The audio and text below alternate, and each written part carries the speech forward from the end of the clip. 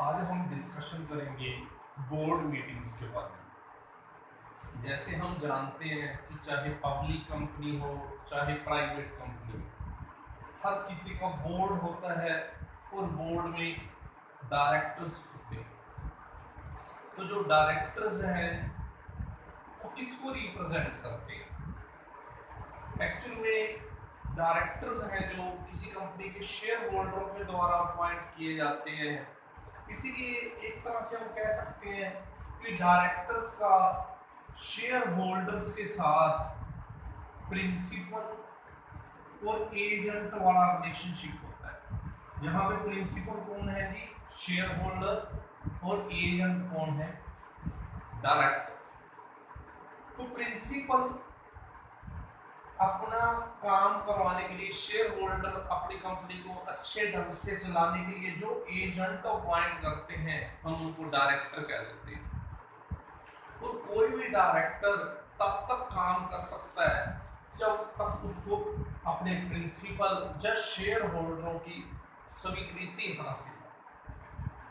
तो जो डायरेक्टर्स हैं उनकी मीटिंग समय समय पे होती रहती हैं, क्योंकि उन्होंने कंपनी की जो नॉर्मली स्ट्रेटजी है वो बनानी होती है कि कंपनी लॉन्ग टर्म में क्या करेगी, कैसे काम करेगी, कंपनी कैसे शेयर होल्डरों को बेनिफिट देगी, कैसे कंपनी ग्रोथ की तरफ जाएगी। तो ये सारा काम डायरेक्टर्स का होता है। जैसे मैं बात करूं इंडिया में टाटा सन्स, जो टाटा ग्रुप की सारी कंपनीज है उसकी मेन कंपनी है। जैसे उसके चेयरमैन एन चंद्रशेखरन है।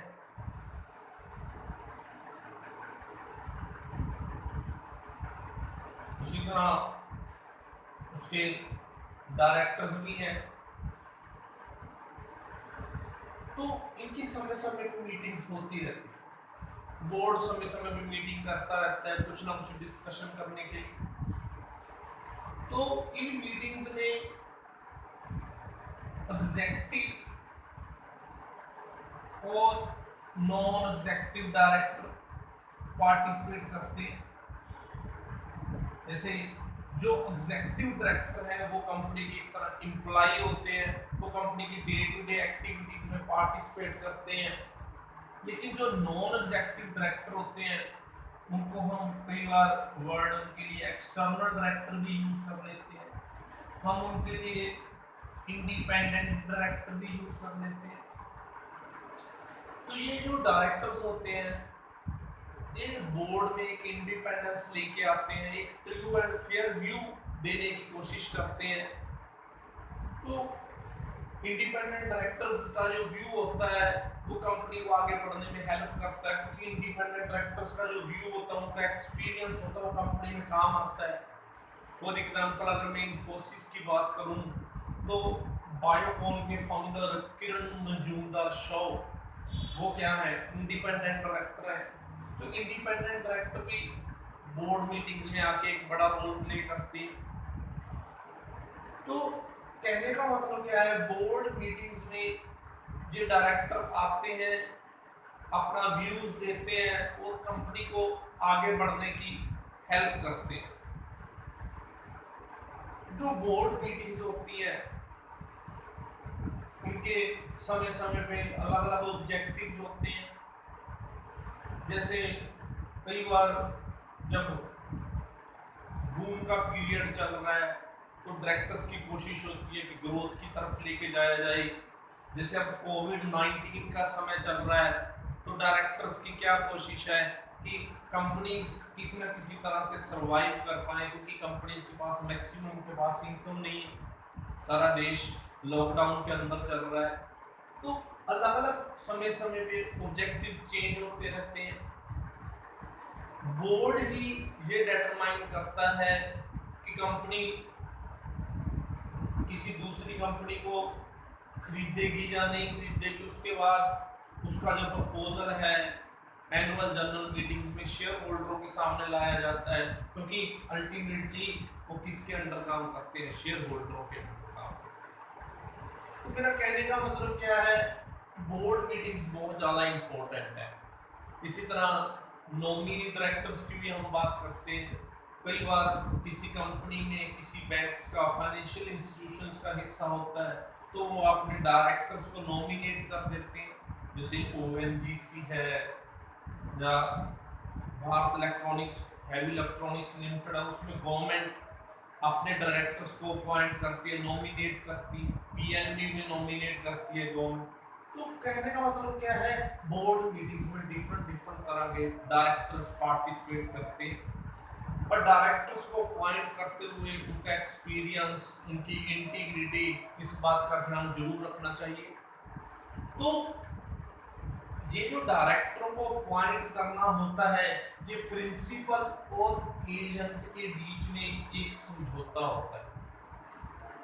अगर मैं थोड़ा सा पीछे जाऊं, 2016 का जो नोबेल प्राइज मिला था होल्मस्टोन और हार्ट को, होल्मस्टोन और हार्ट ने जो नोबेल प्राइज विनर हैं 2016 के नोबेल इकोनॉमिक्स के नोबेल प्राइज के, होल्मस्टोन और हार्ट, इन्होंने एक बात की थी जिसके लिए इनको नोबेल प्राइज मिला। उस प्राइज, वो थ्योरी थी कॉन्ट्रैक्ट है। इन्होंने इस थ्योरी में ये बात कहने की कोशिश की थी कि देखा जाए जो कॉन्ट्रैक्ट होता है वो नॉर्मली उन दो पार्टीज के बीच में होता है जिनके इंटरेस्ट एक दूसरे से टकराते हैं। लेकिन होल्मस्टोन और हार्ट ने बताया कि फिर भी वो कॉन्ट्रैक्ट करते हैं। जैसे हम बात कर रहे हैं शेयर होल्डरों की और डायरेक्टर्स की, क्योंकि शेयर होल्डर चाहते हैं हमें ज़्यादा से ज़्यादा प्रॉफिट मिले, उसका हिस्सा डिविडेंड, और डायरेक्टर्स क्या चाहते हैं, हमें ज़्यादा से ज़्यादा सैलरी मिले। तो कहने का मतलब है दोनों के इंटरेस्ट एक दूसरे के ऑपोजिट है। लेकिन होल्मस्टोन और हार्ट बताते हैं फिर भी दोनों में कॉन्ट्रैक्ट होता है, दोनों के इंटरेस्ट एक दूसरे के कॉन्ट्राडिक्टरी हैं, पर फिर भी दोनों में कॉन्ट्रैक्ट होता है। जैसे शेयर होल्डर प्रिंसिपल बन जाते हैं और डायरेक्टर्स क्या बन जाते हैं, एजेंट। वो बात करते हैं कि कॉन्ट्रैक्ट उस एक्सटेंट तक होता है जिस एक्सटेंट तक दोनों का नुकसान नहीं होता। जब शेयर होल्डरों को लगता है कि इस डायरेक्टर की वजह से हमारा नुकसान हो रहा है, तो वो एनुअल जनरल मीटिंग में उस डायरेक्टर को रिमूव कर सकते हैं। तो कहने का मतलब क्या है, इसी तरह आपको पता ही है कई बार किसी CEO की जो पे होती है वो उसमें एक फिक्स्ड भी होता है और एक वेरिएबल भी होता है। तो वेरिएबल किस बात पे डिपेंड करता है, परफॉर्मेंस पे, और वो परफॉर्मेंस किसके तहत तय की जाती है, कॉन्ट्रैक्ट के तहत। तो कहने का मतलब क्या है कि इस तरह से दोनों के बीच में कॉन्ट्रैक्ट होता है और इस तरह से दुनियादारी में काम चलता है, कंपनी चलती हैं। तो बहुत से कंपनियां हैं, जैसे आज ही आप न्यूज़पेपर देखो तो इंडियन ओरिजिन के ही पर्सन सुंदर पिचाई, जो कि अल्फाबेट के CEO हैं, उनको 2019 में लगभग $281 मिलियन की पे मिली। इसको हम ट्रांसलेट कर ले तो ये 300-400 करोड़ के करीब चला जाएगा। तो कहने का मतलब क्या है, ये कॉन्ट्रैक्ट होता है शेयर होल्डर और डायरेक्टर्स के बीच में, जो क्या करते हैं अपने डायरेक्टर्स को, एग्जीक्यूटिव्स को इंसेंटिव देने के लिए, उनसे काम लेने के लिए उनको इंसेंटिव देते हैं। और जो डायरेक्टर्स होते हैं वो भी कंपनी के लिए मैक्सिमम करते हैं, क्योंकि उनको भी उनकी परफॉर्मेंस के कारण क्या मिलती है, पे मिलती है। तो इस तरह से बोर्ड की जो मीटिंग्स है समय समय पर होती रहती हैं। आने वाले लेक्चरों में हम डायरेक्टर्स की ड्यूटीज के बारे में, डायरेक्टर्स के राइट्स के बारे में डिस्कस करेंगे। Thank you.